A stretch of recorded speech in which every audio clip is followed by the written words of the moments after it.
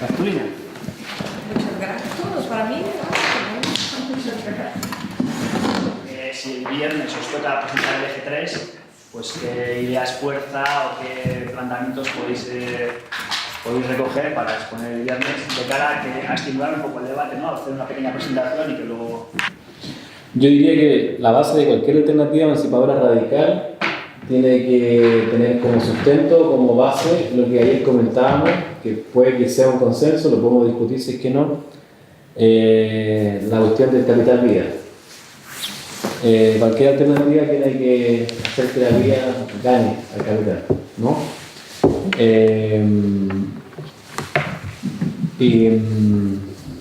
Eso, así te lo juro. Porque en vida está la intersección de toda la agenda. Eso pienso yo. Estamos sabiendo que la construcción o la propuesta de construcción alternativa de la vida o de desarrollo que estamos gestando no está simplemente está tomando los mismos elementos del sistema, está incluso totalmente embebido en el sistema, pero como lo estamos haciendo desde nuestra lógica, pensamos que está siendo alternativo, ¿no? Y realmente es solo una salida del mismo sistema para continuar con los mismos mecanismos de acumulación, ¿no? A mí esa duda me viene muchas veces con proyectos como cooperativos de producción, de comercio, o sea, ¿en qué punto podemos saber que estamos realmente construyendo una alternativa fuera y no dentro del mismo sistema? Yo diría que la clave está en que lo alternativo del sistema sería el que pudiera tomar de manera parcial una de las agendas, excluyendo las de las demás. Porque si tú tomaras toda la agenda, se te cae el sistema, tal cual. O sea, se hace avanzar el feminismo, el anticapitalismo, el ecologismo, todo así hacia adelante, en forma de movimiento popular o como tú le quieras llamar. Ahí ya no es parte de lo alternativo, sino que es alternativo. O sea, yo diría que el capital, como yo lo comentaba ayer, es capaz de tomar la agenda ecologista y transformarse en ecologismo verde, o sea, en capitalismo verde. Y también puede ser capitalismo morado, feminista. Sí. Pero sin atacar, ¿no? Claro, sí, claro. Yo creo que la clave, yo creo que la cosa más importante es que no hay que separar el trabajo local y cotidiano de la perspectiva de en ese sentido, yo tengo experiencia diferente la experiencia de las cooperativas no me pertenece a mí, pero el trabajo que puedes hacer, que sea en un barrio, que sea con movimientos populares, que sea construyendo también esa palabra mutualismo, por ejemplo, en la agenda italiana ahora es muy de moda. Depende de cómo lo haces, o sea, si lo haces teniendo también la lucha, es una lucha que yo conozco bastante bien, la lucha por la vivienda.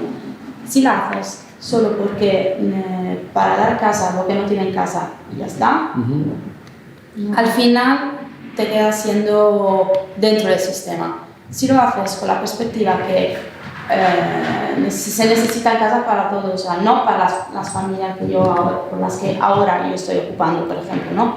Pero es que yo quiero y voy adelantando un plan y una reivindicación de casa para todos, o sea, de casas populares, o sea, que voy a buscar dentro del contexto a dónde están las contradicciones, y donde están las contradicciones, la mayor contradicción está en el hecho de que no haya casas populares o le están echando a la gente de las casas populares, o que no hay suficiente casa y hay, no sé, los migrantes que viven por la calle. Yo creo que no hay una respuesta, depende del contexto, pero que si separamos las dos cosas, terminamos con o no influir para nada, o ser una lucha de resistencia y ya está. Y entonces el tema de la teoría para que se utilice en la práctica, yo creo que es de tener siempre las perspectivas estratégicas.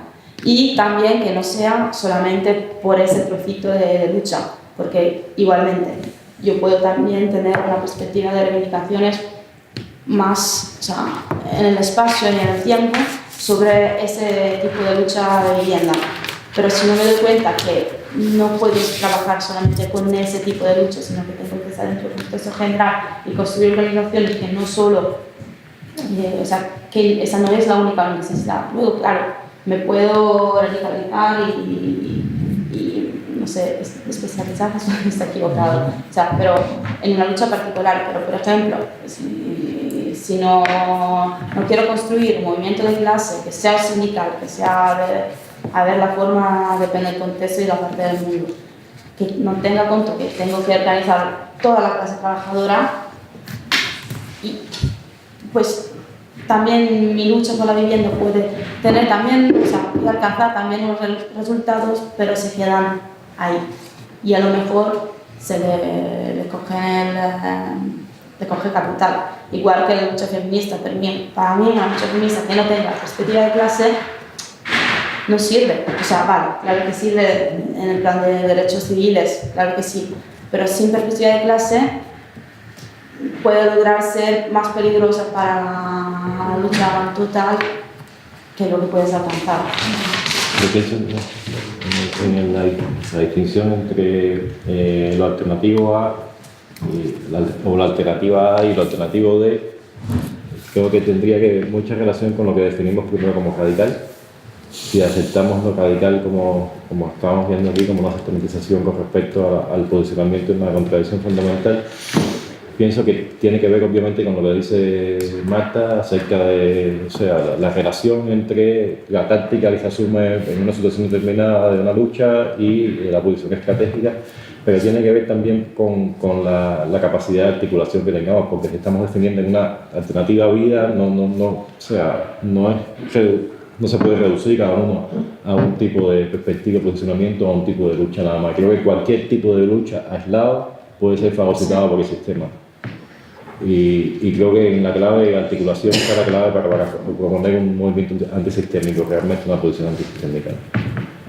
Y además yo creo que el hecho de que articular una alternativa que sea, o sea, también ideológica, o sea, que no solo la perspectiva de estrategia, que tiene que ser total en ese sentido también. Luego tú puedes luchar, tener una lucha particular que pero quiera alcanzar ese tipo de horizonte estratégico que tiene dentro lo político, lo cultural, lo ideológico, lo económico también. O sea, pero si cada lucha particular la pones dentro del mismo marco y horizonte, pues te puedes, no sé cómo, te puede guiar de alguna manera. Si no, es como dices tú, al final. Yo agregaría una cosa que no sé si es pertinente, ahí podemos discutirlo, que más que una agenda, puede ser visto como una agenda, pero yo diría que estas son perspectivas, en el sentido en que si es que vale la imagen, si tuviéramos un lente, cada una de estas perspectivas van agregando como que si fuese un lente en un telescopio, hagamos así, y apuntamos a un problema. Si es local, si es vivienda, apuntamos a la vivienda, pero con todas las perspectivas incluidas. Y puede que hayan algunas situaciones locales, problemas puntuales, en los que alguno de estos no estuviera incluido, porque a lo mejor, no hay inmigrantes, ponte tú. Claro. Pero si es que lo hubiera, habría que detectarlo, ¿no? O sea, tener lista la perspectiva ya toda interseccionada para efectos de poder trabajar localmente, pero de una mirada global. Eso diría, porque no me parece, porque ahí también se discutió eso, que pudiera haber que, ya tú eres feminista, tú eres anticapitalista y entre todos nos juntamos y cada uno somos una sumatoria de gente con una perspectiva. Eso me parece súper extraño, ¿no? Me parece raro. Yo creo que la potencia de lo radical reside en que la perspectiva esté incluida para poder trabajar en la práctica de manera local y, como dijiste tú, con perspectiva global. Yo creo también dos cosas. Que, por un lado, que en ese sentido, cuando se dice, por ejemplo, alternativa emancipadora radical, esa palabra radical, yo no creo que haya la forma radical de practicar las luchas. O sea, que en cada contexto una forma puede ser más radical o menos radical. O sea, la misma forma puede ser muy radical en un contexto y absolutamente demócrata y conservadora también en otro. Y por eso en ese sentido yo creo que muchas veces enfocamos mucho sobre la práctica, pero entendida como formas de lucha y dando una evaluación entre si es el voto y si no es el voto es a la calle. O sea, Sí, claro. hay muchas diferencias Yo entre creo que eso. lo radical reside en la estrategia, es lo que tú dices. Claro. Es el horizonte, es hasta dónde llegamos, ¿no? Pero por otro lado, yo también estoy de acuerdo, pero cuando hablamos de horizonte yo creo que hay de todas formas dos Dimensiones. sí, o sea que uno es o sea, porque ahora si estamos todos juntos podemos decir, bueno, el horizonte, y todavía a lo mejor no estamos de acuerdo, pero el horizonte es, no sé, el socialismo, que todo el mundo esté, ¿no? A lo mejor estamos de acuerdo, eso no es suficiente para tener una guía para un camino para que cada lucha se pueda, ¿no? O sea que también hay que tener desde aquí hasta ese horizonte que a lo mejor ninguno de nosotros verá nunca, pero sabemos que existen pasos. Y por eso la creación de una alternativa que sea también concreta, general pero concreta, yo creo que es indispensable. O sea, de tener palabras de orden que sean radicales ahora en el proceso en que operamos desde aquí hasta ese horizonte es indispensable, porque si no, yo creo que uno de los problemas grandes que tuvimos como movimientos en los últimos años fue que por un lado perdimos el horizonte completamente y por otro, para adelantar y retroceder tanto, llegando solo a mirar nuestro pequeño territorio. Y en ese sentido yo creo que para tener esas palabras de orden, lo único que puedes hacer es teniendo en cuenta el contexto internacional, ver en cada territorio, y no hablo de territorio pequeño, o sea, también, eso es Variable. ¿no? ¿Cuáles son las contradicciones que le pueden doler más al capitalismo? O sea, las que más son evidentes, ahí tienes que ponerte. Y no la que nos gusta, pero sino las que existen. El análisis concreta de lo que existe. Concreta. Exacto. Sí, claro. Pero yo agregaría el concepto de táctica. Eso. Estrategia, esto se puede discutir también. Estrategia no es el horizonte como que vamos a llegar al horizonte y listo, acá estamos, ¿no? Sino que en cada paso, como tú dices, es decir, cada maniobra o movimiento táctico incluye o prefigura o ya tiene incluida esa estrategia, ¿no? Sí, exacto. O sea, la estrategia se materializa y se actualiza cada vez que se decide algún tipo de maniobra táctica. Yo creo que ahí están los dos ejes, ¿no? Táctica y estrategia. Los medios finos también podría Aquí funcionar. cuando se planteaba entre los retos diarios y los objetivos tácticos, de hecho al principio planteamos táctica y estrategia, pero había alguna compañera que decía que era demasiado lenguaje no militar, pero bueno, yo lo he utilizado desde los 14 años, pero Sí. y eso para mí es muy cotidiano, pero al final se puso retos, ¿no? La agenda y lo estratégico nos ha cambiado un poco lo táctico, pero sí, estamos en táctica y estrategia al fin y al cabo, ¿no? O sea, Si es que siempre yo lo seguiré ocupando. sí, yo también, eso se familiarizar con ello. No sé si Yo quería más. hacer un pequeño. Sí. Yo creo que sí que hay diferentes contextos y que en cada contexto las luchas cogen diferentes formas y tal, pero hay una serie de cuestiones que, si no global, sí a nivel, no sé, supraterritorial, por no decir, no sé, estatal o nacional. Siempre hay una serie de líneas, una serie de puntos que son muy clave y que pueden servir para fomentar cierta unidad de acción, que es lo que hace que una organización tenga más capacidad que aumentar lo local. Por ejemplo, una línea puede ser la democracia, otra es la vivienda plena, otra el pleno empleo, no sé. En fin, que hay cuestiones que yo creo que en prácticamente todos los contextos, sin ser específicos en lo que se pide o en cómo se pide o cómo se va a llevar a cabo, sí que son líneas que en todos los territorios, es decir, que son partes fundamentales de lo que se consideraría una vida digna, ¿no?, de las personas. Y bueno, igual tenemos que también un poco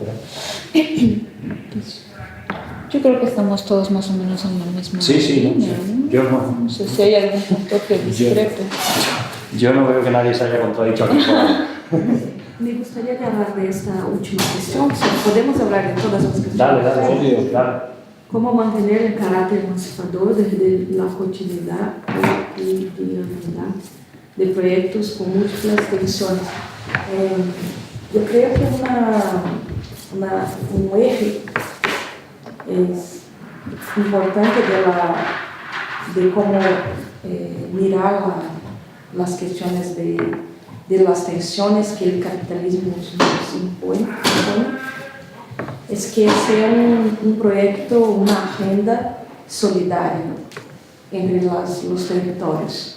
Y la gente, por ejemplo, hay territorios con más bienes comunes, mayor riqueza y recursos naturales que otros, y que esta cuestión de cómo compartillar, mirando la vida, la sostenibilidad de la vida, es necesaria una partida solidaria y no de explotación entre las naciones.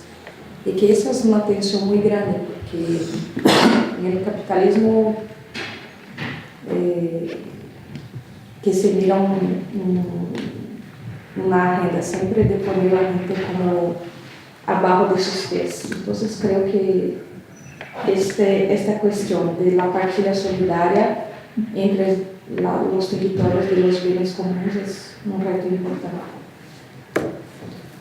Porque igual en esa línea yo creo que esta cuestión de mantener el horizonte del que tanto estuvieron discutiendo los compañeros es básico para eso, ¿no? Para afianzar la solidaridad entre resistencias y para tener clara cuál es la misión de todo lo que se está haciendo, ¿no? Mientras se mantenga el horizonte claro y la raíz, que es lo que le da la radicalidad al movimiento, ¿no? El carácter emancipatorio radical es que bueno, lo que se está queriendo es atacar el sistema de raíz, ¿no? De lo que está ocurriendo desde la base, no únicamente en lo superficial. Entonces, mientras se mantenga eso en claro, creo que la solidaridad es lo que tendrá que actuar como entretejido, ¿no?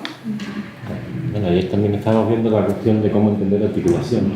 La articulación no puede ser ni homogeneidad, claro. Ni todos somos cada vez más iguales, ni en el sentido de que no haya diversidad, sino que es una articulación en el sentido de que incluya la diversidad, que respete la diversidad, que intente articular desde la diversidad aquello que tenemos en común, siendo diversos y diversas, y lo pensamos que no debe subordinar un tipo de lucha a otro.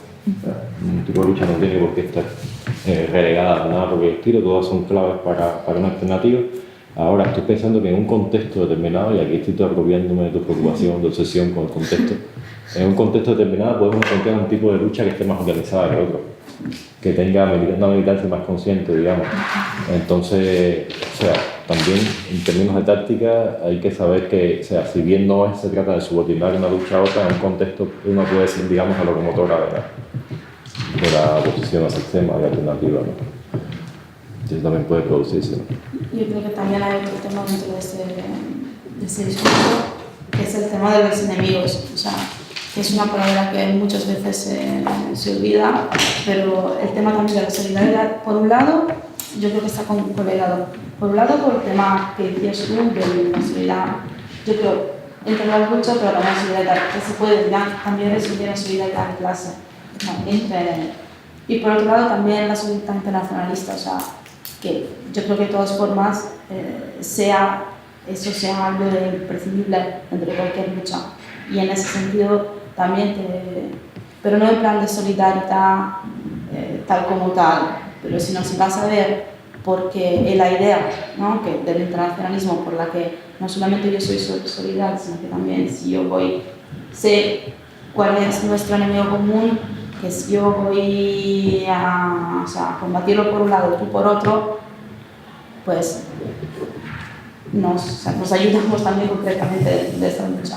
Yo creo que también el análisis de la situación para ver cuáles son las contradicciones, cuáles son los enemigos, nos permite poner los pasos justos, también tácticos, porque si no hay veces, si no me doy cuenta de cuáles son los enemigos y los amigos de los enemigos, no sé cómo en italiano, Aliados. sí, aliados, ¿no? Eso también, porque hay veces que si lo ponemos como enemigos, en plan como palabra el capital no quiere decir nada tal como tal. Hay que ver cómo se declina en los territorios. Y también que perspectivas políticas que sean conscientes de eso, o que no sean conscientes, se ponen como aliados. Porque hay veces que unos movimientos, lo que sea, también una idea política que nació como radical, se ha puesto como aliado del sistema sin quererlo muchas veces. Así, tener esa idea muy clara, como estamos en un contexto y un mundo que no es muy estable desde ese punto de vista, yo creo que es fundamental. ¿Qué pensáis sobre, no sé si es un tema polémico, por ejemplo, el tema, y aterrizando un poco el tema de la economía, ¿no? ¿Habéis leído el Comité Invisible? Algo sobre el Comité Invisible, gente... ¿Cómo se llama? Comité Invisible. No. Gente de Francia, sacaron 2 libros a nuestros amigos y otro que fueron detenidos y un poco de un periodista autónomo, como demás, que hacen una lectura bastante radical de la situación del 2015. Y estos plantean, por ejemplo, con el tema de la comuna y demás, hasta qué punto los proyectos de alternativa solidaria, banca ética, algunas cooperativas, se están convirtiendo en lo alternativo del sistema, puedes subsistir, puedes sobrevivir dentro del sistema, pero no lo pone en jaque ni lo llega a cuestionar y bueno, pues te dejan existir ahí. Y hasta qué punto eso está sirviendo para que la potencia que puede estar en el movimiento alternativo de organizar algo diferente en otra lógica, nos distraigamos. Y ahí está un poco estos plantean que se debiera construir otra lógica totalmente fuera del mercado y no una lógica que opere dentro del mercado de una manera alternativa, pero al fin y al cabo reproduciendo las lógicas del capital, ¿no? De una manera más, si quieres, sí. Y me parece un debate interesante porque, bueno, yo soy de los que dice que no se puede optar ni al 100% ni al 0%. Aquí hay que desplegar una estrategia que coja todo, encima que articule lo táctico y lo estratégico todo el tiempo, ¿no? Que una cosa se retroalimente con la otra. Pero me parece interesante la lectura un poco más radical que hacen ellos de hacernos autocrítica también en algunas propuestas desde la izquierda que igual no dejan hincar el diente, ¿no? Yo creo que aquí la visión de transición o el proceso también es importante tenerla en cuenta, ¿no? Porque, por un lado, cualquier propuesta alternativa tiene que debatir inicialmente, al menos en los propios términos del sistema. Eso es parte de la ideología. O sea, si el sistema te define los problemas de una manera, tú no puedes desligarte de eso, sino enfrentar en los propios términos en los cuales has definido que existe el problema, enfrentarlo, ¿no? De una posición diferente. Y la lógica se va construyendo en el proceso mismo, la lógica alternativa, la otra lógica. Porque al principio tienes que moverte enfrentando una lógica pero sin una propuesta alternativa como tal, ¿no? Es un poco de reanegación, o sea, no quiero esto, pero lo que quiero positivamente y lo que queremos como movimiento diverso se va construyendo en el propio proceso y eso es a veces lo más difícil de hacer realmente, ¿no? A la hora de la verdad es cierto que un poco hacemos el tema de que hacemos banca ética, este tipo de cuestiones que al final es lo que tú has dicho, pero también es cierto que las organizaciones, por lo menos, donde no tenemos muchos recursos, las cuestiones de economía alternativa y maneras diferentes de organizar la economía a veces son fundamentales simplemente para que el movimiento pueda existir. Y en Andalucía tenemos un claro ejemplo con el tema de las ocupaciones de tierra, con el tema de las cooperativas y otras cuestiones. Entonces, evidentemente, hay que transformar el sistema, pero la organización es fundamental y para que una organización funcione necesitamos recursos y esos recursos hay que conseguirlos de alguna manera. Entonces, entiendo que hay que transformar la sociedad, el mundo en el que vivimos, pero para eso hay que tomar el poder, o por lo menos ser fuerte. Yo creo que hay algo de valioso en el hecho de que cuando se practican formas alternativas de economía tales como una cooperativa, hay algo que se rompe de la lógica del capital si es que para producir un bien o para dar un servicio no hay un patrón y trabajadores, sino que hay trabajadores, productores libres dirían, con formas democráticas de decisión, con salarios, dicho en concreto, más o menos iguales, con funciones que no sean estáticas en el tiempo, y si eso se da, ya hay algo que se está rompiendo, porque de hecho la lógica del capital opera de una forma vertical, jerárquica y no democrática. Si es que una cooperativa o un espacio para poner en práctica o prefigurar el momento, una empresa en la que existan productores libres, yo estoy de acuerdo con eso. Y yo diría que si es que esos productores libres son parte de una alternativa del capital incluido en una esquinita, y mientras sea marginal, no hay problema, es que esos hippies sigan haciendo eso y se crean igualitarios y todo. Yo diría que la cooperación tiene que, la solidaridad y el valor mismo de cómo producir se tiene que esparcir de manera global. Pasa que el dicho que decía un compañero, el capitalismo de lo patriarcal, o sea, es tan camaleónico que hasta las cooperativas, y bueno, yo creo que el feminismo, el socialismo, Mondragón es ejemplo de eso, ¿no? Y Mondragón, me imagino si lo habéis comentado estos días, Mondragón es un ejemplo clarísimo, ¿no? De que se puede hacer con una cooperativa, ¿no? Claro, sí, sí. De que puede valer por una cosa y para lo contrario, ¿no? Cuando yo me vine del aeropuerto a Guernica, me fui en un taxi y el que conducía me decía que había trabajado anteriormente en cooperativas acá en Bilbao. Y yo le pregunté, ¿cómo funcionan las cooperativas? Me dijo, bueno, hay cooperativas que son pequeñas, otras que son gigantescas, como Mondragón. Y donde yo trabajé, estábamos todos, había una diferencia salarial de 2-3 veces entre el de más abajo y el de arriba, y existía un gerente. Me dijo gerente.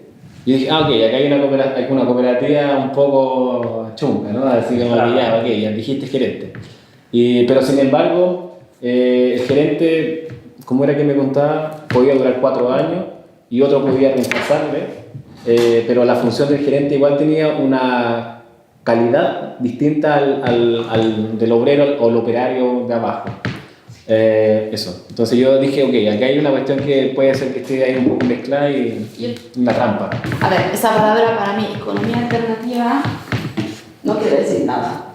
O sea, diferente es el tema de modelos de diferentes tentativos para resistir, pero algo es, o sea, si lo haces, o sea, si es una manera para organizar a la gente que sean militantes para sobrevivir, yo creo que es, o sea, que la supervivencia de los militantes es indispensable para que se pueda producir organización. O si lo haces porque, por ejemplo, a ver, dentro de un barrio, dentro, no sé, de una tierra, lo que sea, pero que sea solo el primer instrumento para, o sea, para juntar a la gente, para luego darle la vuelta con reivindicaciones políticas, con eso tiene sentido, pero nunca para mí estarás fuera del sistema. O sea, ese tipo de... estaremos fuera del sistema cuando tomaremos el poder y aún no estaremos fuera del sistema. O sea, que pensar en la economía verde, eso es, yo creo que es el peor de los errores que la izquierda hizo, y eso se ha convertido siendo aliados al capital, o sea, pero tal como tal. Y además el tema de que, o sea, en ese caso es diferente si una cooperativa es militantes que hacen eso porque, yo que sea, ejemplos concretos, por ejemplo, las cooperativas, si hablas en Italia de cooperativas, a mí me salen solo ejemplos de cosas malísimas. O sea, yo vivo en una región que históricamente es roja, estuve perdido como, o sea, Bolonia es mi hermana. Y Bolonia, o sea, toda esa región, y no solamente, pero en este caso es muy fuerte, y el norte sobre todo, las cooperativas son las que tienen el poder, pero las cooperativas son las que pagan 2,50 € a la hora para que los jóvenes trabajen 12 horas, tienen es una manera para no estar dentro de los contratos nacionales, o sea, no tiene nada que ver con cuándo se pagan. Pero, a ver, también eso, empezaron y estaban realmente, o sea, podían haber un cambio, pero cuando en los años 70, cuando los acuerdos de fuerzas dentro del movimiento de clase en Italia eran fuertes, o sea, claro que hay cooperativas de obreros tenían otro significado. Ahora que el movimiento está derrotado, ese tipo de modelos se la han completamente cogido. Y tampoco, o sea, ya no tienen la cara de buenos. Algunos que siguen teniendo cara. O sea, una propuesta que sea meramente económica, alternativa al sistema, no tiene ninguna funcionalidad, o sea, capacidad realmente de ser alternativa, sino integra o procura articular o integrar todas las perspectivas. Claro. Entonces, Y también hay que saber vivir con las contradicciones. Nosotros no estamos fuera, no estamos situados. Y por mucho que entendamos que en Bangladesh hay niños que ganan nada haciendo la ropa que estamos portando, la seguimos comprando. Y no es que ahora yo diga que haya que atacar el capital desde el consumo, ¿no? Y es la forma en que otros han querido hacerlo. Hay que tomar el consumo, hay que tomar la cadena productiva entera, el modo de producción en general. Es lo que está ocurriendo en estos casos, por ejemplo, en donde grupos sindicales o colectivos empiezan a desdibujar los como límites de su propuesta alternativa, ¿no? Y se comienzan a convertir en parte de la reproducción y la acumulación del propio sistema, ¿no? Entonces, ¿qué está pasando con los sujetos o con los actores que están ahí dentro? ¿Cuál comienza a ser entonces su agenda, ¿no? Ya no es la agenda con la que se inició, ya no es una agenda de solidaridad o de lucha emancipatoria, sino de continuar reproduciendo las mismas condiciones, ¿no? De opresión. Entonces, no sé. Además, acá nos meten la cuestión de las instituciones públicas, que es un poco la relación con el Estado de la que discutíamos ayer, ¿no? Hasta qué punto el Estado es un sujeto o un actor en el que se pueden construir alternativas, ¿no? O que permite la construcción de alternativas, cuando lo vemos como un sujeto opresor y violento. ojo, ahí sí, yo tendría que hacer, o sea, pensaríamos que tendríamos que partir de una distinción entre lo que es público, lo que es estatal y lo que es gubernamental. Muchas veces identificamos las tres cosas y son cosas diferentes. Creo que el reto realmente es hacer de instituciones que son gubernamentales o que son meramente estatales, hacerlas realmente que sean públicas, que respondan a los intereses de todas y todos. Ahora, todos sabemos que eso es muy difícil porque por lo general las instituciones públicas responden a una lógica, que es una lógica de sistema como tal, pero igual tampoco podemos pensar que el sistema es completamente coherente y completamente homogéneo, tiene también fisuras, tiene lugares en los cuales es menos fuerte y en contextos determinados eso puede ser una apuesta también, o sea, asumir o refuncionalizar o reutilizar determinadas instituciones existentes en determinados contextos puede ser alguna propuesta factible, digamos, y puede ser un aliado a la hora de lograr determinados objetivos o de articular determinadas perspectivas. El contexto impone muchas cosas y creo que como finalidad, obviamente, destruir donde hay que destruir, cambiar donde se pueda cambiar, un plazo mucho más corto, pero las instituciones públicas no nos podemos sencillamente desentender de ellas, porque al final moderan tu vida, día tras día. Yo creo que tenemos que aprender del propio Estado. Creo que tenemos que aprender del propio Estado. Es decir, el poder es una relación de fuerza, simplemente. Y en la medida que una clase, una clase, tiene el poder, por simplificar el lenguaje, ¿vale? Pues en la medida que se hace fuerte, que tiene el poder, puede imponer al resto su ideología, sus condiciones de vida y su fórmula. Entonces, intentando responder un poco a lo de qué límites y potencialidades tienen las estrategias de concertación, confrontación y desobediencia, bueno, yo creo que hay que ser, lo primero que hay que ser consciente de esta realidad y que en la medida de que tengamos más fuerza o menos fuerza, pues habrá que aprovechar cada momento y no habrá que cerrar, yo creo, ningún camino. Es decir, hay que concertar cuando sea positivo para los objetivos de nuestra lucha, hay que confrontar cuando tengamos la capacidad de confrontar y cuando tengamos la certeza de que podemos ganar, y hay que llevar a cabo la desobediencia cuando a lo mejor no podemos ganar, pero no podemos ganar si confrontamos, pero a lo mejor sí podemos sumar fuerza desobedeciendo. Es una cuestión de táctica, yo creo, simplemente. Y así lo tenemos que ver, como una relación de fuerza. Evidentemente, la lucha que va a llevar a cabo la gente en Euskal Herria no va a ser la misma lucha que va a llevar la gente en Andalucía, porque la relación de fuerza es diferente. Lo pongo un ejemplo. En el contexto chileno, una de las últimas movilizaciones han estado casi siempre tendientes a volver público lo que desde la dictadura de Pinochet se privatizó. Y somos un ejemplo, un paradigma a nivel mundial de cómo puedes tú privatizarlo todo. El agua, educación, salud, pensiones, la vida misma. Participé yo, me tocó estar en la universidad cuando se formaron las movilizaciones en 2006 y 2011 de educación pública, gratuita y de calidad. Y resultaba interesante que las discusiones que se dan respecto a lo público, que es lo que estamos conversando, lo que para nosotros era radical era una cuestión que probablemente existía en varias partes del mundo: la educación pública. Imagínate, estamos pidiendo nada, la educación pública. ¿Y qué quiere decir eso? Bueno, que el Estado tenga una red de colegios a nivel nacional, con un financiamiento basal, en que el acceso a esa educación esté garantizada para todos los niños y las niñas. Eso estamos pidiendo. Y nos trataron de todo, ¿no? Terroristas, comunistas, todo.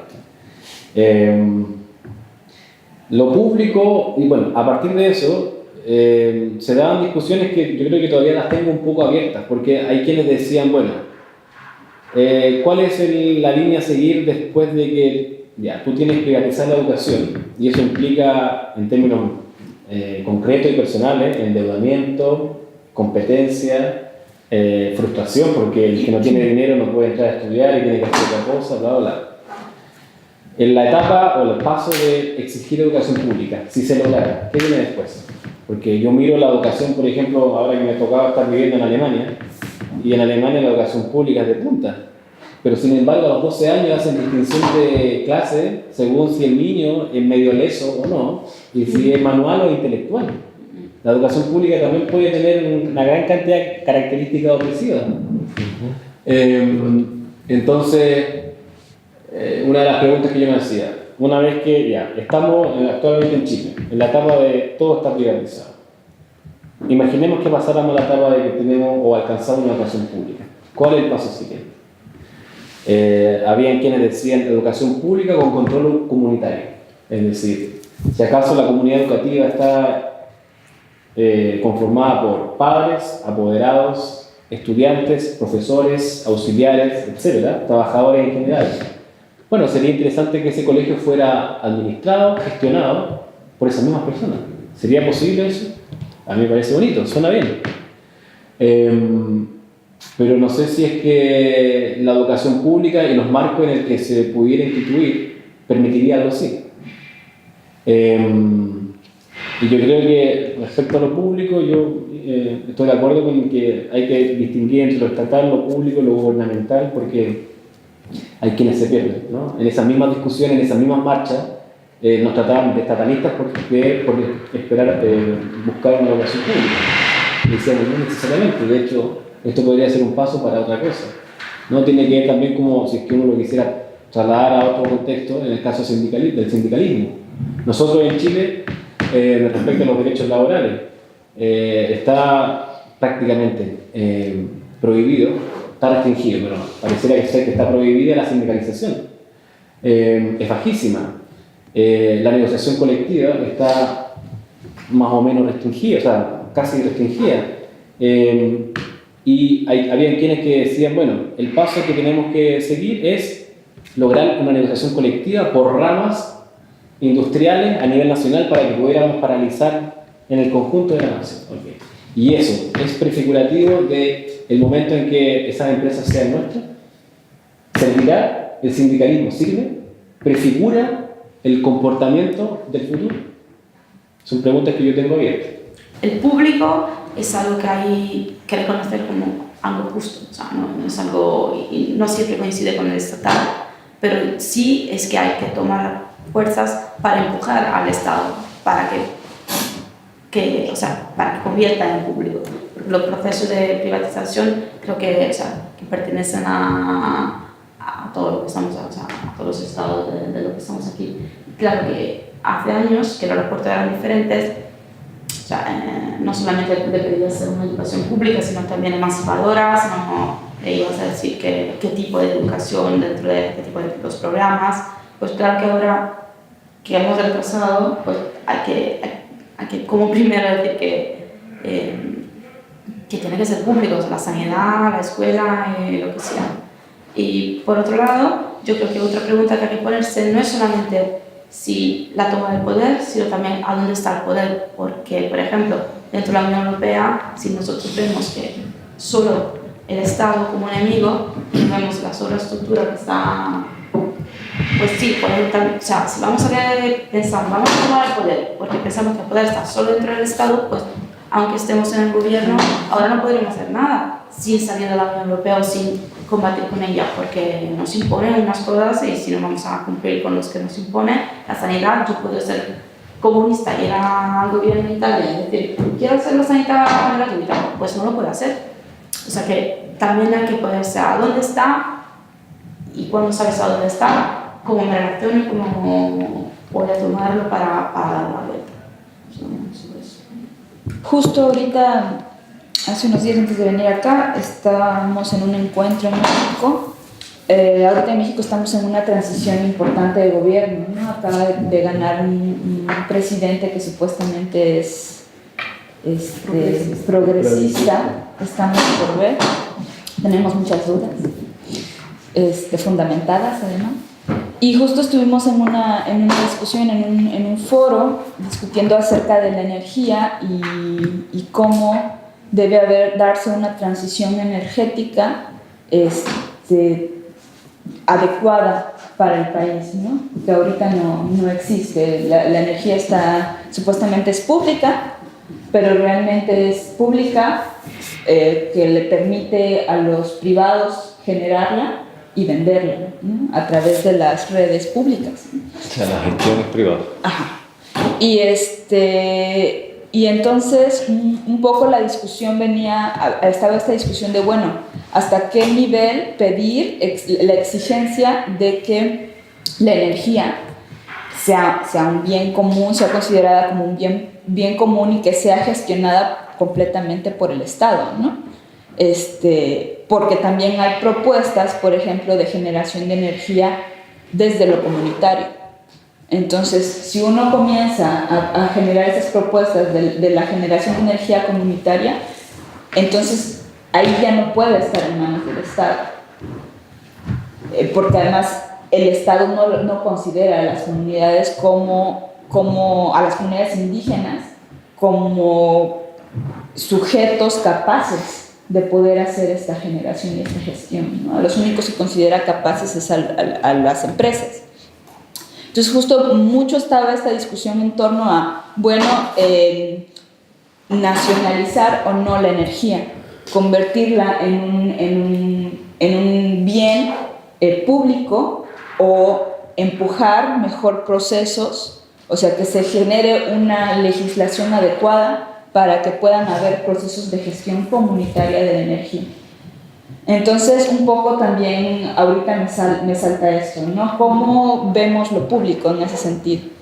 Y también, pues en relación a este cambio como de gobierno, el papel del Estado, ¿no? Y de cómo establecer las alternativas que se están gestando dentro de como esta propuesta nueva de Estado sin que sean como vistas como una forma de legitimar a esta nueva fase como de gobierno, ¿no? O sea, la cuestión cuando se trata de un gobierno que sí, por un lado es progresista y por un lado está presentando como muchas propuestas alternativas y vías para poder transformar como la dirección que está tomando el país, pero por el fondo continúa con las mismas dinámicas capitalistas y neoliberales, ¿no? En el fondo continúa con la misma agenda. Entonces uno, al entrar ahí, legitima esas mismas prácticas, ¿no? Hasta como en qué momento podemos como vernos como sujetos capaces, no capaces, sino como cómo poder discutir ese punto, ¿no? Ese nivel en el que uno, de intervención desde los movimientos sociales, ¿no? En México lo que se está gestando paralelo a todo esto, pues es una alternativa, sí, desde comunidades y desde movimientos sociales a lo largo del país, que no está dentro de la línea del gobierno, ¿no? Que es, al contrario, es un consejo indígena de gobierno al que se le discute que lo que está haciendo es dejando de lado a la población mestiza, ¿no? O sea, los mestizos no se sienten identificados y dicen, ustedes están haciendo lo suyo y nos quieren quitar, nos quieren sacar, ¿no? Entonces, pues no sé, un poco esas son las reflexiones que me salen ahorita de toda esta discusión. Dejaste de decir actor. ¿Eh? Dejaste de decir actor, entonces que te gustaba más que Sí, me gustan más actores que sujetos, pero como aquí dice sujetos, ya, si no me confundo, mi cerebro no va tan rápido. Pero sujetos como abarcador de diferentes actores, así lo entiendo yo. Por eso uno dice sujeto, no sujetos. Sí, igual no me gusta. Pero es que los actores implican acción, implican transformación, implican... Pero igual los actores implican un entramado, un escenario, claro, un rol. Una red también, o sea, hablar de actores es hablar de una complejidad mucho mayor, pero bueno, sí, no es la discusión. Dice, lo pequeño es mejor. Bueno, lo pequeño no sé si es mejor o peor, pero lo pequeño entiendo como lo local, ¿no? Entiendo que llegan por ahí. Es la base de todo movimiento emancipador y transformador. Es decir, yo siempre digo lo mismo, no puedes transformar tu país, tu pueblo, tu nación, si no eres capaz de transformar mínimamente tu barrio, ni organizar tu pueblo, tu municipio o tu barrio. O sea, eso es básico. En Andalucía siempre digo lo mismo. Le vienen a Cañamero y a esta gente, le vienen gente de sitios que no hay nada y le dicen, no, es que tenemos que hacer un partido nacionalista andaluz. Y dice, pero tú qué tienes en tu pueblo, va a venir a mí a decir lo que tengo que hacer. Yo en mi pueblo no vota el 60% del pueblo, ¿a ti quién te vota? Y es básico. Entonces, evidentemente, una vez que tú tienes tu municipio, tu pueblo, tu organización, ya puedes aspirar a ir tejiendo, no sé, redes, a ir tejiendo alianzas con otras organizaciones, otros municipios, tal, y ahí vas creando un partido nacional, digamos. Y así es como creo que más o menos se construyen los sistemas y las redes de comunicación. Bueno, supone que si es la clase media el sostén de la economía alternativa, bueno, yo creo que la clase media, yo creo que no existe, la clase media es un invento del siglo XX, claramente. Que es una clase débil que está llamada a desaparecer. Y bueno, pero entiendo el sentido de la pregunta, ¿no? Pero creo que la resistencia o el sostén de la economía alternativa, como la entendemos, como economía alternativa de las cooperativas y demás, igual sí en parte, pero como resistencia económica, como resistencia al capitalismo, son las clases populares las que le dan 1000 patadas a la clase media en ese sentido.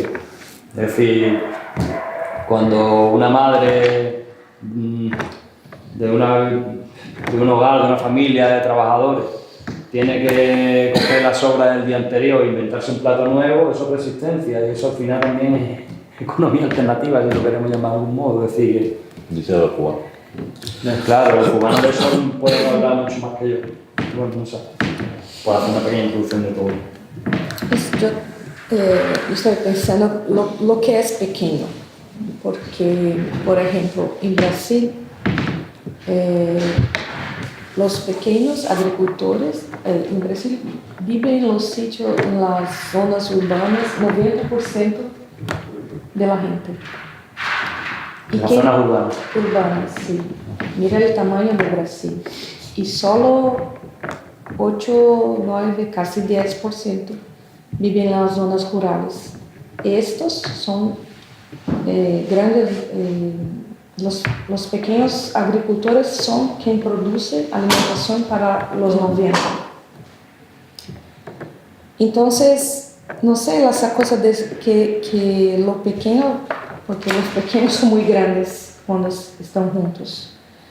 Entonces, una pregunta que para mí, no sé, los grandes agricultores latifundiarios de Brasil producen soja, pasta de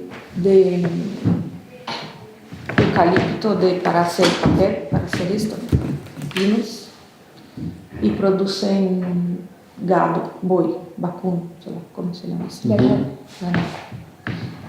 Entonces, mi pregunta es que lo pequeño, que es lo grande, lo que hacen estos dos, y que para mí lo pequeño no es pequeño.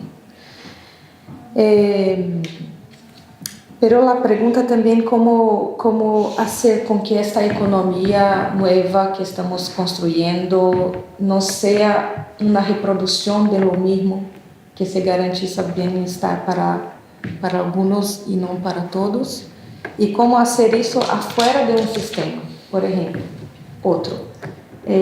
las mujeres con quien yo trabajo hacen artesanías, y hacen comida, alimentación, pero no logran desde la alimentación tener los productos producidos sin los productos sanos, porque los productos sanos son para la clase media, son quien hacen lo que tiene plata para pagar. Y nuestra intención ahora es que la comida sana llegue en las periferias, sin pasar pelos medios de la clase media. Entonces, nuestro intento es salir un poco de esta lógica en que las cosas buenas son para quien tiene plata y las cosas con agrotóxicos son para los pobres. Bueno, no sé si me logro explicarme, pero mover las lógicas, cambiar las lógicas de para qué hacemos, o qué hacemos y para quién hacemos. Saúl, aquí hemos tenido una discusión toda la semana sobre la cuestión de los pequeños enormes. Eso ha sido largo, o sea, el paradigma de construir islotes y construir redes de islotes más adelante, y si es posible llegar de pronto con todos los islos a las islas, hacer un archipiélago y después un archipiélago a un continente, o sea, si es posible hacer así. Y ahí oponía, o sea, yo en particular oponía determinadas, o sea, decía, es necesario eso, es imprescindible, de hecho a veces es lo único que podemos hacer en la práctica, en contextos determinados, pero por ahí no vamos a llegar. No disponemos de todo el tiempo del mundo para hacerlo, porque realmente tenemos amenazas muy perentorias, ¿no? Dos, porque necesitamos asumir una perspectiva más global, una estrategia más global de cambio, y tres, porque sin meternos justamente en los nodos de concentración de poder, sin meternos en ellos, sin intentar disputar en el espacio, a esos nodos no vamos a lograr un cambio real. Entonces, bueno, ahí de todas maneras depende mucho de los contextos, ¿no? De lo que sea posible hacer en un contexto determinado.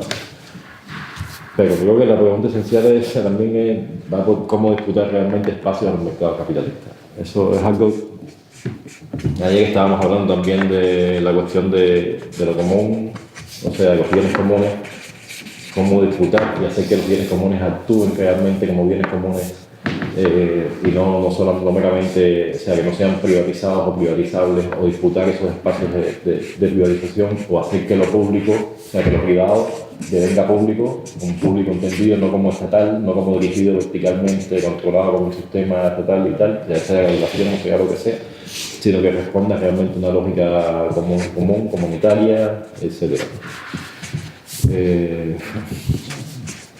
Pero ya digo, eso, o sea, se puede enunciar así, pero cuando uno va a un contexto con determinadas condiciones, la cosa se pone... O sea, porque lo contextual no es más que la síntesis, digamos, de muchas condiciones diferentes, ¿no? Que coinciden en un contexto y coinciden siempre diferentes, o por lo general diferentes, el contexto a otro. La pregunta sobre la clase media me parece interesante y ya salió aquí, ha surgido porque yo diría que la clase media es el sostén de lo alternativo del capital. Y que si es que sirviera para la discusión, uno puede distinguir entre análisis de clase y análisis de estratificación. Y normalmente, muchas veces, la izquierda, uno mismo, ha caído en la trampa de creer de que las clases son una especie como de jerarquía de ingresos. ABC1, no sé si conocen esas siglas, en Chile todos dicen, ¿tú de dónde eres? No, soy B1, B, eso. Bueno. La clase media yo diría que es el sector social, los sectores medios, que la clase dominante forma para que le auxilie a administrar su propio modelo. Y cualquier forma de, más que economía alternativa, yo diría cualquier movimiento alternativo, transformador, radical, emancipatorio, no puede descansar o creer de que el asunto comienza desde la clase media. Un ejemplo visible en España, en el Estado español, vendría siendo Podemos, ¿no? Y en el caso chileno se copió lo mismo. Frente Amplio, que se llama, tú miras los dirigentes, son todos clase media. Lo que tú dices, no existe la clase media, es la clase popular con formación calificada, la clase popular calificada y con acceso a alimentos buenos, ¿no? Y mientras los pobres son obesos, mientras los pobres más violentos, ¿cómo es que los pobres son tan violentos? ¿Cómo es que está hecho para eso, ¿no? Está hecho para dividir a la clase popular. Entonces, desde un análisis de estratificación uno puede hacer esa cuestión, ¿no? Empezar a creer que la cuestión es de arriba abajo, por ingreso. Y el análisis de clase yo creo que tiene que incluye un vector de política, de lucha, y de no solo posición en la cadena productiva, sino que también posición y dirección. Yo creo que la distinción entre clase dominante y clase subalterna, que es como la plantea Gramsci, me parece súper útil aún, porque dentro de las clases subalternas está incluida la clase media. Y cualquier proyecto emancipatorio debiese considerar de que si es que no son las clases populares las protagonistas, en términos de estratificación, las de más abajo, si no son a ellos a quien está dirigido el discurso, si no son ellos los que producen el discurso, me parece que la otra cuestión es falsa, ¿no? Es alternativa dentro de los marcos sociales. Eso diría. Eso es bien complejo, ¿no? Porque, o sea, desde un punto de vista podemos decir que la clase media es una propuesta ideológica para meter una cuña, digamos, en la polarización de clase. O sea, en antagonismo de clase entre la clase dominante y la clase explotada, digamos, tenemos la clase media que hace como una intervención y a veces hasta puede aparecer como la panacea a la que todo el mundo, o sea, a la que todas las clases de abajo quieren llegar, ¿no? Es como un cebo también. Pero también es cierto que en las coyunturas actuales muchas de estas llamadas clases medias que solo pueden tener un sentido desde el punto de vista de no mirar estratificadas, o sea, estratificadas como decías tú, también han estado amenazadas con la pluralización, con la precarización y muchas veces, o sea, ves que realmente en estas iniciativas de economía popular, de economía social y solidaria, aparecen muchos elementos también de clase media, o sea, a veces se pueden hasta casi que justaponer, ¿no? O sea, la clase media se activa cuando se pluraliza, ante la amenaza de la superioridad de privilegio. Ahí se activa. Esa puede ser una lectura, digamos, y ha sido una lectura. Lo otro está digamos, en cómo funciona realmente la economía social y solidaria. O sea, que el hecho de que emprenda esa determinada ese emprendimiento no hace que sea alternativo al sistema de cosas. Y ahí es lo que estábamos discutiendo, ¿no? De todos modos, en la clase media está la intelectualidad, digamos, intelectualidad que es asalariada, es trabajadora, o sea, hay intelectuales que fundamentan, y por lo general, como tendencia, tiende a fundamentar el status quo, y también hay la intelectualidad que podemos llamar comprometida, orgánica, o por lo menos que lo intenta hacer. No sé, es un tema espinoso. no se trata ahora del obrerismo o el clasismo o sea, siempre han sido en determinadas coyunturas aliados. De hecho, nosotros todos pertenecemos de alguna manera a una clase media, ¿no? Entonces, la cosa es compleja. Y todos venimos de determinados espacios en los cuales sabemos que funciona, que es difícil cambiar este funcionamiento en esas determinadas lógicas. El tema de decir que hay derechos que tienen que ser de todos y entonces es el público que tiene que estar en la mano del público, eso significa también no solamente que es el Estado que tiene que encargarse de eso, sino que también que el Estado puede tener el poder de quitar la mano de los privados, pero también, o sea, en plan de la vivienda. Si hacer una ley, si alguien tiene y hay leyes, existen también, no es que es algo imposible. Si yo tengo un edificio que está vacío para la explotación, después de 2 años el Estado me puede quitar para dar la residencia a los que no tienen casa. O sea que el elemento de la propiedad privada yo creo que es esencial. Y no solamente de la propiedad privada de empresa como enorme, ¿no? Los enemigos son los 3 que tienen, no sé, todas las casas de toda Europa, sino que ese principio que también le afecta mucho a la clase media, el hecho de que tienen, ¿no? En lo público. Sí, que es normal, o sea, tampoco es raro. Pero sí, creo, estoy de acuerdo que esa puede ser un evento es una clave para distinguir entre un discurso que se quede dentro del sistema y un discurso que intenta buscar una salida, aunque... Está claro que la privatización es una de las vías fundamentales por la ruptura lógica capitalista. El problema es que ahí está lo que decía Marina, o sea, muchas veces aceptamos como natural la distinción entre propiedad y gestión de la propiedad. Y que hay una diferencia. Realmente esa ha sido, digamos, la apuesta capitalista también, porque muchas veces en determinados contextos han tenido que actuar así para llevar a cabo su estrategia. Y creo que la coherencia entre propiedad y gestión debe ser también una meta de cualquier propuesta alternativa al sistema, ¿no? Si defendemos que la comunidad sea propiedad de todos, que todos tenemos acceso, debemos tener acceso pleno a una propiedad común, debemos también tener acceso pleno a su gestión, a su administración, a su manera de llevarla, ¿no? Esa puede poner como fin estratégico. Y cualquier medio que intentemos debe ser coherente al menos con esa fin. El tema del mutualismo entendido como dar servicios a los que no tienen posibilidades. Si te quedas en ese marco, la pregunta, o sea, se quedan clientes. O sea, y aún puede ser un problema porque te vas a sustituir a donde el Estado de las instituciones y le va a quitar un problema de medio entre dos.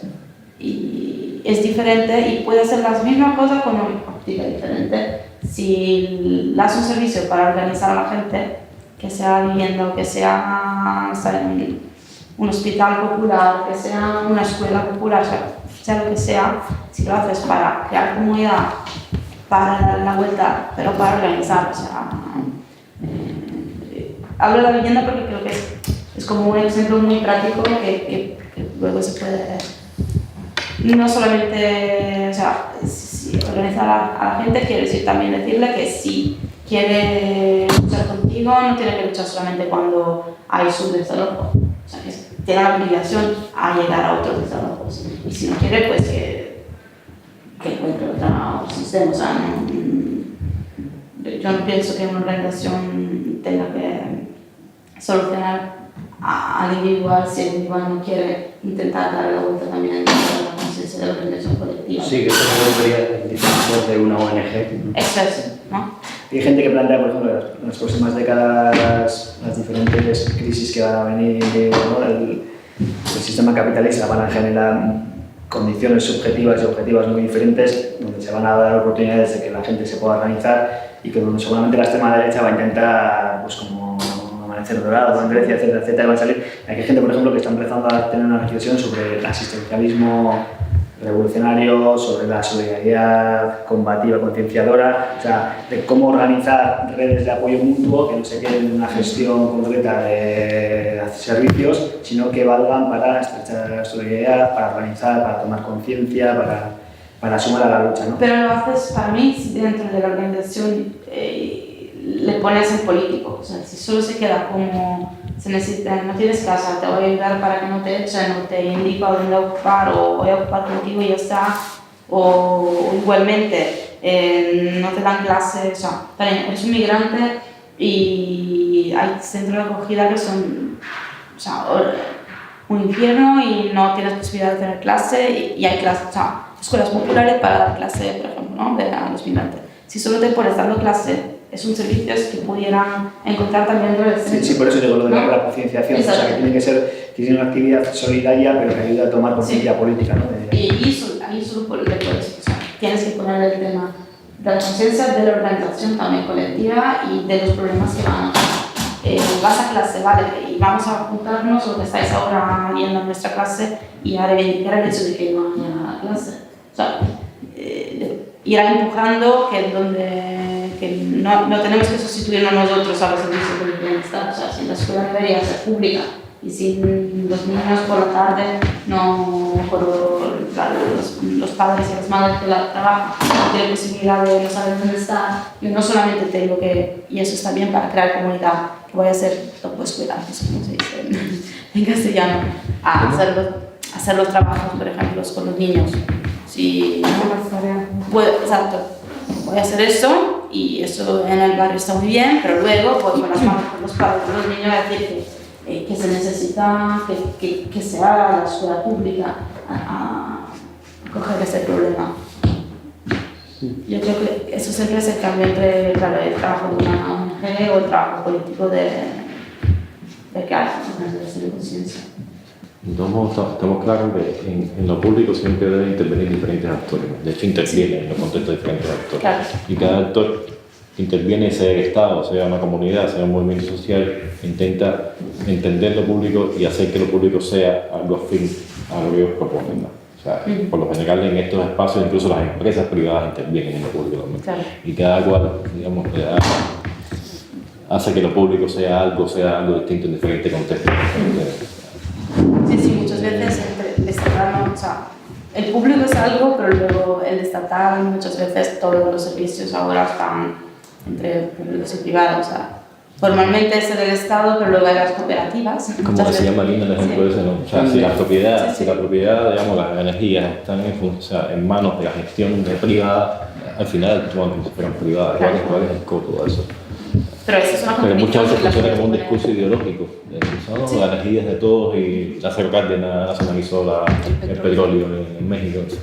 O sea, pero actúa así y hay que también tenerlo en cuenta. Entonces, algo que sí me parece que es un tema que al menos a mí me llega fuerte es qué formas de organización interna sirven frente al dilema de democracia-eficiencia. Eso es algo... Yo soy por la eficiencia. Pero... O sea, digamos, por un lado tenemos la apuesta por la horizontalidad, ¿verdad? Por esto que hemos estado hablando de cómo articularnos de todo y de cómo funcionar en interno de una organización con coherencia o respeto a lo diverso, ¿no? Tener en cuenta todas las voces, etcétera, etcétera, pero eso tiene una temporalidad, lleva un tiempo. En un entorno capitalista y muchas veces tenemos que buscar, como tú dices, fuentes de subsistencia, fuentes de ingreso para el propio movimiento, para la alternativa, muchas veces tenemos que actuar entonces pronto, si actuamos pronto no podemos deliberar sobre todas las cosas, si tenemos que actuar muchas veces con una persona que sea responsable de determinadas acciones, de determinadas decisiones, ya no sería la decisión colectiva que también lleva su tiempo, o sea, es un gran dilema, ¿eh? Si ponemos por encima de todo lo que debemos producir, por encima de cómo se produce, o sea, producir con eficiencia, en cómo lo ha entendido el capitalismo muchas veces es priorizar aquello, o sea, el objeto como tal producido por encima de las personas que lo producen, de cómo se produce, sí, luego además el destino que tiene esa producción. Tienen compañeros libertarios además que que planteaban también, además que siempre parece que los sácratas tienen más el rollo de la asamblea, no sé, ¿no? Y decían, encima se nos asigna a los sácratas, ¿no? Y dice, la asamblea muchas veces es un mito. O sea, a veces se trata la asamblea como un mito, parece que nos sentamos en círculo y ya todo va bien, y ahí se reproducen las mismas jerarquías de poder, las mismas formas de intervención, no sé. Al fin y al cabo, la forma en sí no soluciona los problemas de fondo. El tema es cómo se plantea. Yo, al fin y al cabo, estábamos hablando antes de contextos, de táctica, estrategia. Yo creo que el tema organizativo necesita lo mismo. O sea, en qué momento, para qué, qué se necesita y cómo se busca el equilibrio entre la eficiencia y que haya un mínimo respeto humano a toda la gente que está tomando en la organización, ¿no? Tiene que haber, para mí tiene que haber diferentes formas de niveles de compromiso, diferentes responsabilidades, y luego cómo se plantea el tema rotativo, cómo se evita el tema de que se creen camarillas, etcétera, ¿no? Pero yo por lo personal, por ejemplo, por lo menos no tengo ningún dilema que haya diferentes formas organizativas y que no tenga por qué ser todo círculo de San Serio. O sea, eso es, hay que buscar, no hay que adaptarse, ese equilibrio ese que hay que encontrar, ¿no? Depende del objetivo también. Es igual que lo que hablábamos del dilema entre representación y participación. Creo que ambos momentos son necesarios. La cosa es que la representación no da cabida a una separación entre los que asumen la representación de los demás y los que somos representados por los demás. O sea, representante y representable, no haya una polarización, que no haya, o sea, que sea rotativo, como dices tú, que sea plenamente democrático, aunque cada cual pueda asumir en un momento una responsabilidad que implique una decisión propia personal sobre un proceso. Yo creo también que o sea, entre la forma lo que le da el cambio es la honestidad de claro, o sea, puedes también tener una forma vertical. Yo prefiero, por ejemplo, una forma vertical que sea claramente vertical de una forma horizontal que no es realmente vertical. Que en el fondo sea vertical. Sí. Y que hay muchas. Sí, claro, sí. Además, porque de esa forma le puedes dar, o sea, le puede cambiar, ¿no? Si es vertical y dices, eso no está bien y esta es la base y dialogar así, estamos todos así, pensamos que, pero realmente luego hay juegos y relaciones de poder, es mucho más difícil de ir dando el cambio, porque aparentemente no es así. Pero entonces todo lo que hablamos acerca de medio, fin, táctica, estrategia, coherencia, prefigurar, lo que queremos lograr en la forma en que lo estamos haciendo. O sea, como cada entonces con la estructura vertical. Como en cada una cosa con la otra. Para mí no. O sea, a ver, vertical no significa burócratas. No. Dictatorial. Pero por ejemplo, significa. Bueno, ahí hay lo de dictadura, podemos ver a título Sí, es un término bastante... No sé. O autoritario, como sería, además, ¿no? O sea, la verticalidad no, para mí no está vertical igual a autoritario. Puede ser vertical en el sentido de coordinación entre territorios, por ejemplo, yo qué sé, ¿no? Pero yo prefiero, no sé, somos una organización en 5 ciudades y prefiero que, luego claro que hay unos momentos en que haya que estar todos, pero en lugar de decir cada vez que hay que tomar una decisión tenemos que estar todos. Puede decir, nos coordinamos y claro que luego si yo soy delegada, tú eres delegado, ¿sí? Y hablamos, claro que tomamos tales decisiones. Luego está claro que si los demás saben que ahora nosotros estamos debatiendo de eso, antes en la asamblea territorial puedes llevar tus ideas, cuando vuelves puedes decir, no estoy de acuerdo, ¿por qué? Y eso es mucho más claro que decir, todos vamos a elegir siempre juntos. En ese sentido, yo quería decir, ¿no? Y la representación puede ser como tú dices, vinculante. O sea, rendir cuenta de lo que hace y ser revocado en cualquier momento por una decisión. Claro que depende también de cuánto grande eres. Claramente, si somos 20 personas, pues el problema es menor. O sea, depende. Yo creo que el problema mayor es cuando, si eres una organización de masa, allí el tema de la representancia se puede manejar mucho más. Es mucho más complicada. Luego, creo que también hay que intentar formas. Y si no funciona, pues hay que intentar arreglarlo. Durante la década, durante fines de la década del 60, comienzos del 70, el proceso político social en Chile uno de los problemas o de las discusiones que existían entre las diferentes fuerzas políticas era la cuestión del centralismo democrático, que es lo que dices tú. Y a mí me llama, o sea, visto ahora con perspectiva, ese proceso no hubiese sido posible si es que no hubiesen confluido, en el caso chileno había, yo diría, 3 fuerzas principales: el Partido Comunista, el Partido Socialista y el MIR. Para cada uno una forma de organización distinta.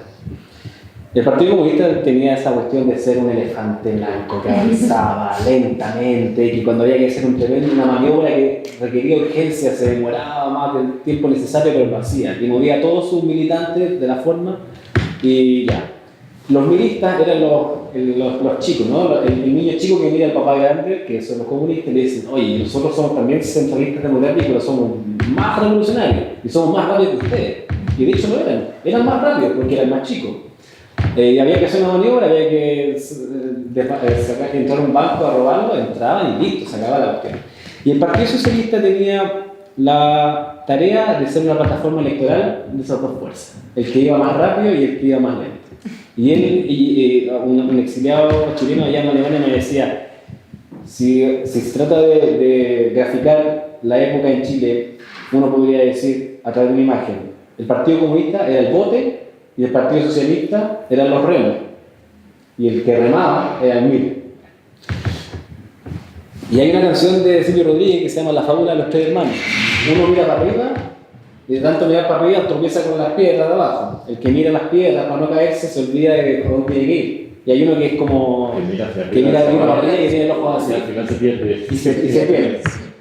Yo creo que de esa fábula, y que uno podría también hacer la relación con el proceso chileno, es que no se trata de elegir cuál de los hermanos es el que te va a guiar. De hecho, se llaman hermanos porque son hermanos, tienen que estar juntos los 3. Exactamente, si hubieran ido los 3 juntos y cada cual... Exactamente. Entonces, en el caso chileno, buscándolo, el MIR miraba arriba, el Partido Comunista todo el tiempo miraba abajo porque estaba preocupado de negociar con el radicalismo, con los conservadores, y ellos tenían que asumir la tarea de ser los más conservadores, y el Partido Socialista era el que tenía un ojo arriba y otro abajo. Resultó ser que estaban los 3 caminando juntos y vino un tipo que se llama Pinochet y lo cascó. Bueno, ahí hay un pasillo histórico respecto a la política militar, que es otro tema. Pero yo creo que la organización tiene que ser posible diferentes organizaciones con un fin. Porque cada fuerza tiene una historia, tiene diferentes formas de entender las cosas. Hay una cuestión que es también generacional, que también tiene que ver con tu situación de clase, un sinnúmero de factores.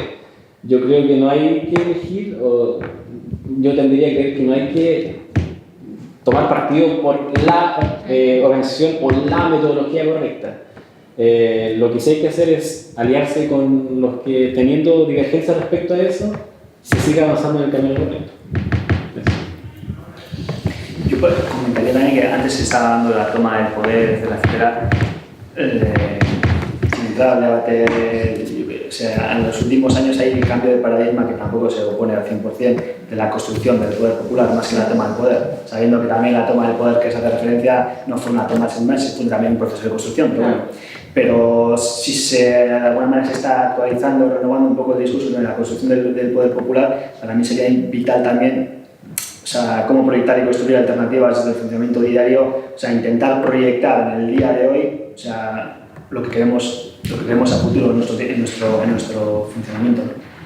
Y eso es vital, al fin y al cabo, en los valores, en lo ético, ¿no? Y en lo político. Y adaptándose también, como hemos dicho, ¿no? A cada proyecto, cada esto, o sea, buscando un poco el equilibrio, ¿no? en cada momento, pero para mí, o sea, tiene que haber un eje estratégico, o sea, que guíe un poco el funcionamiento, ¿no?